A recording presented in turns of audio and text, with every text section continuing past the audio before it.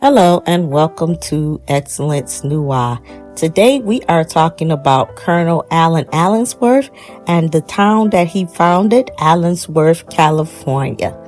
Allen Allensworth, Colonel Allen Allensworth, was a chaplain, city founder, and theologian, as well as a colonel. Colonel Allen Allensworth was born enslaved on April 7, 1842 in Louisville, Kentucky, the youngest of 13 children of Phyllis and Levi Allensworth.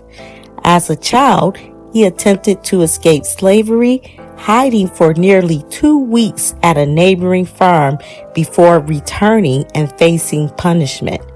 He later ran away again and was sold in Memphis, Tennessee, then shipped to New Orleans. There he was purchased by Fred Scruggs, who trained him as an exercise boy and jockey in Jefferson Parish, Louisiana. These early experiences shaped Colonel Allensworth's resilience and determination to pursue freedom, education, and leadership. During the early years of the American Civil War, Allen Allensworth escaped slavery and attached himself to the Union cause.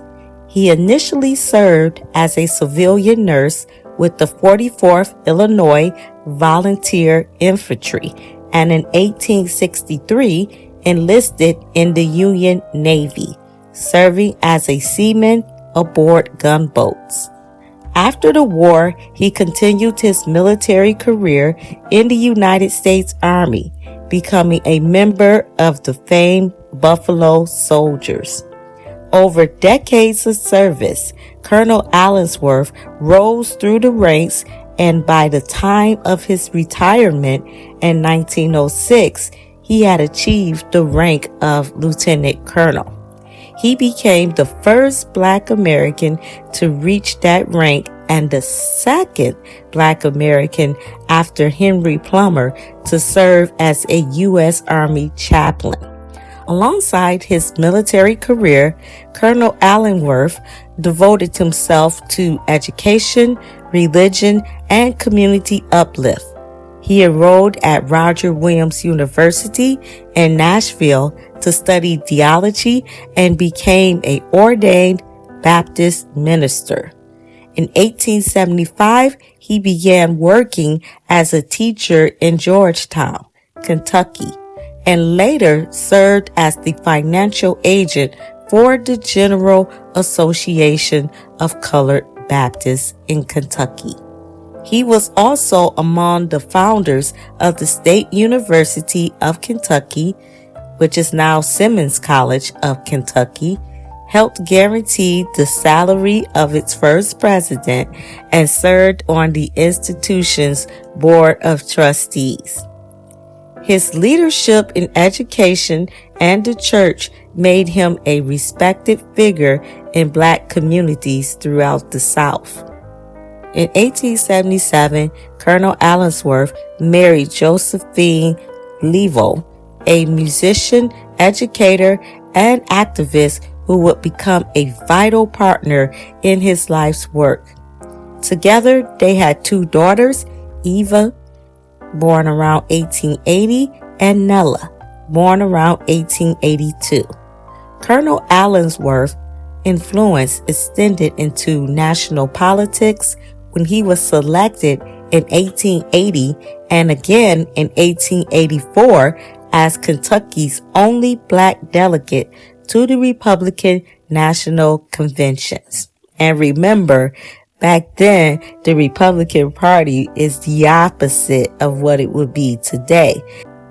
He also gained national recognition as a prolific orator, traveling widely to inspire Black youth through lectures such as 5 Manly Virtues Exemplified, The Battle of Life, and how to fight it, and character and how to read it. By 1900, the Allensworth family had relocated to California, settling in San Francisco. Around this time, Colonel Allensworth met Professor William Payne, formerly of the West Virginia Colored Institute, who had moved to Pasadena seeking teaching opportunities. When Payne was denied certification to teach, the two men resolved to pursue a bold vision, the creation of a self-sustaining Black-governed town where Black Americans could live free from discrimination and fully exercise political, economic, and educational autonomy.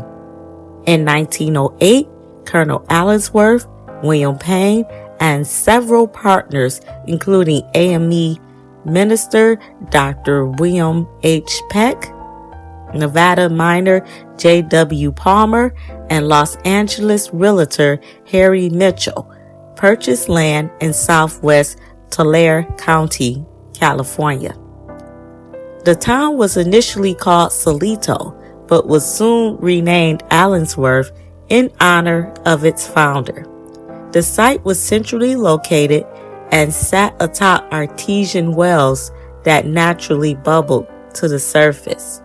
Understanding the importance of water for long-term growth, Colonel Allensworth ensured that the purchase contract with the Pacific Farming Company required the provision of additional water as the town expanded.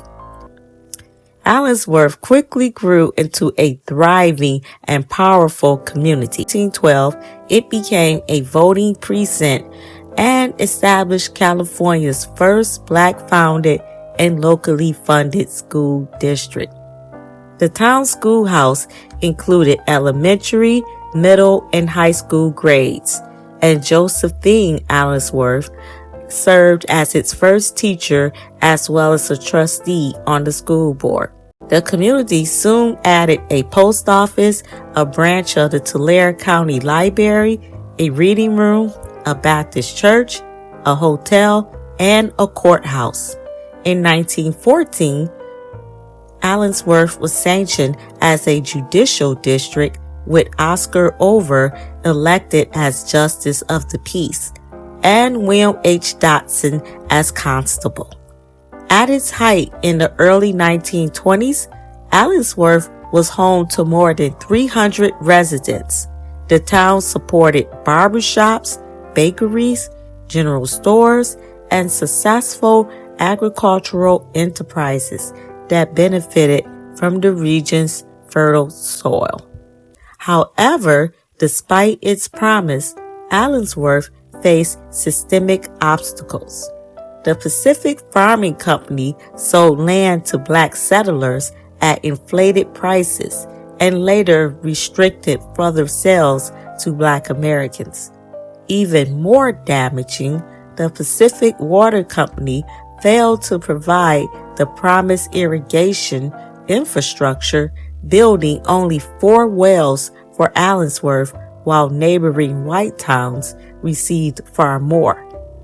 These actions severely limited the town's ability to grow and prosper. Tragedy struck in 1914 when Colonel Allensworth was killed after being struck by a motorcycle during a visit to Los Angeles. Following his death, Professor William Payne and Justice of the Peace Oscar Over assumed leadership of the town, determined to continue realizing Allensworth's vision. Yet the combination of water scarcity, economic sabotage, and racial discrimination gradually led to the town's decline, echoing the broader pattern of Black communities across the nation, whose success made them targets of structural and racialized suppression. By the mid-20th century, Allensworth's population had sharply decreased. In 1966, The town was slated for demolition after arsenic was discovered in the water supply.